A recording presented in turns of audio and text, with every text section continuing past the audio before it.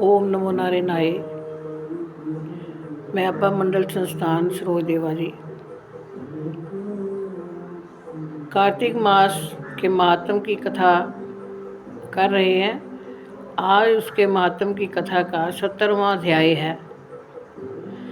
नारद जी बोले, महादेव जी को प्रकर्मी देख अपनी माया से शिव को धोखा देने के लिए जलंधर ने पार्वती का रूप बनाकर रथ के ऊपर बांध लिया और शुंभ निशुंभ आदि दैत्य उसको मारने लगे।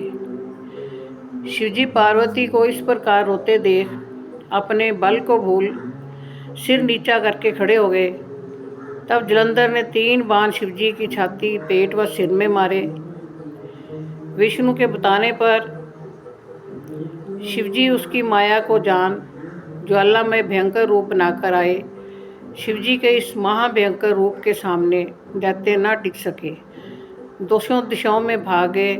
तब शिवजी ने शुंभ निशुंभ को श्राप दिया कि तुम मेरे युद्ध से भागे हो, इसलिए पार्वती के हाथ से मारे जाओगे।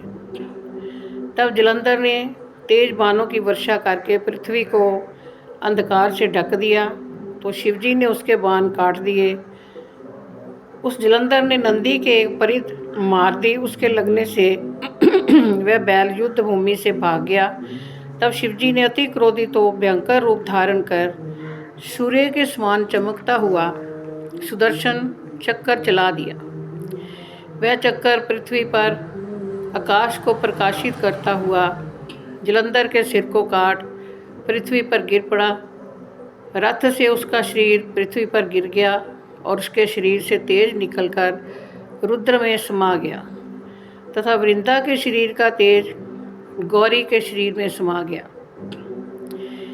इसे देख ब्रह्मादिक देवता शिव को प्रणाम कर विष्णु का हाल कहने लगे कि हे महादेव, आपने देवताओं की शत्रु से रक्षा की, परंतु एक बात पैदा हो गई कि वृंदा की सुंदरता से विष्णु भगवान ने उसकी चिता की रज लगाकर वहीं पर लेटे हुए हैं।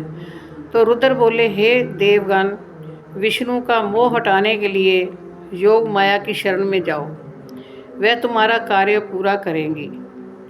नारद जी बोले, ये कहकर अपने बाणों सहित शिवजी अंतर ध्यान हो गए और देवता लोग योग माया की स्तुति करने लगे। देवता बोले, जिसके शरीर से सृष्टि पालन और नाश करने वाले सतोगुण, रजोगुण और तमोगुण 3 गुण पैदा हुए, जिसकी इच्छा से संसार की उत्पत्ति और नाश होता है, उस मूल प्रकृति को हम नमस्कार करते हैं। जो प्रकृति 23 गुणों से उच्चारण की जाती है और संपूर्ण जगत में व्याप्त है, उसे हम प्रणाम करते हैं। जिसकी भक्ति करने वाले पुरुष सदा दारिद्र्य, भय, मोह, तिरस्कार से दूर रहते हैं, उस मूल प्रकृति को प्रणाम है। उस प्रकार स्तुति करते हुए देवताओं ने आकाश में एक तेज मंडल को देखा। उस समय एक आकाशवाणी हुई। शक्ति बोली, मैं ही 3 प्रकार के तीनों गुणों में रहती हूँ, गौरी, लक्ष्मी और सरस्वती। इसमें रज, तम, सत्व, इन 3 गुणों का आश्रय मैं ही हूँ। हे देवताओं, वही तीनों कार्य पूरे मैं ही करूँगी। नारद जी बोले, देवताओं कि देखते देखते ये तेज अंतर ध्यान हो गया। देवताओं ने आकाशवाणी के अनुसार गौरी, लक्ष्मी और सरस्वती के पास जाकर उनको प्रणाम किया। वे तीनों भक्त वत्सल देवी देवताओं की शरणागत देख उनके लिए बीज देती हुई बोली, इन बीजों को विष्णु जी के पास जाकर मिट्टी में बो दो, तब तुम्हारा कार्य पूर्ण हो जाएगा। नारद जी बोले, हे राजन, देव और सिद्धों के समूह ने प्रसन्न होकर उन बीजों को वृंदा की चिता भस्म में, जहाँ विष्णु भगवान दुखी और विराजमान थे, वहाँ पर बो दिया। वह सत्य वाक्य का महात्मा बताया है कि जो कोई इसे पढ़ेगा सुनेगा वह स्वर्ग प्राप्त करेगा। जो एकाग्र मन से सुनेगा उसे विघ्न नहीं सतावेंगे। पुत्रहीन स्त्री पुरुष सुनेंगे तो पुत्र की प्राप्ति होगी। इति कार्तिक महात्म 17वां अध्याय।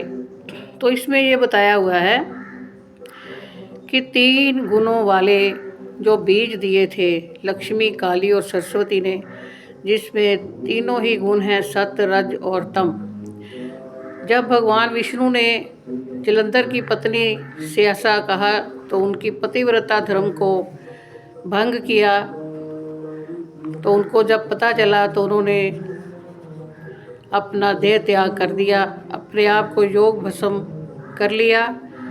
और भगवान विष्णु को जब पश्चाताप हुआ तो उन्होंने भी अपने आप को उसी भस्म में लिपटाकर वहाँ पर रख लिया। तभी लक्ष्मी सरस्वती माता जी ने उनको 3 बीज दिए जो बीजे गए और 3 बीजों से फिर पौधे पैदा हुए। ये 17वें अध्याय की कथा है। ओम शांति शांति शांति ही।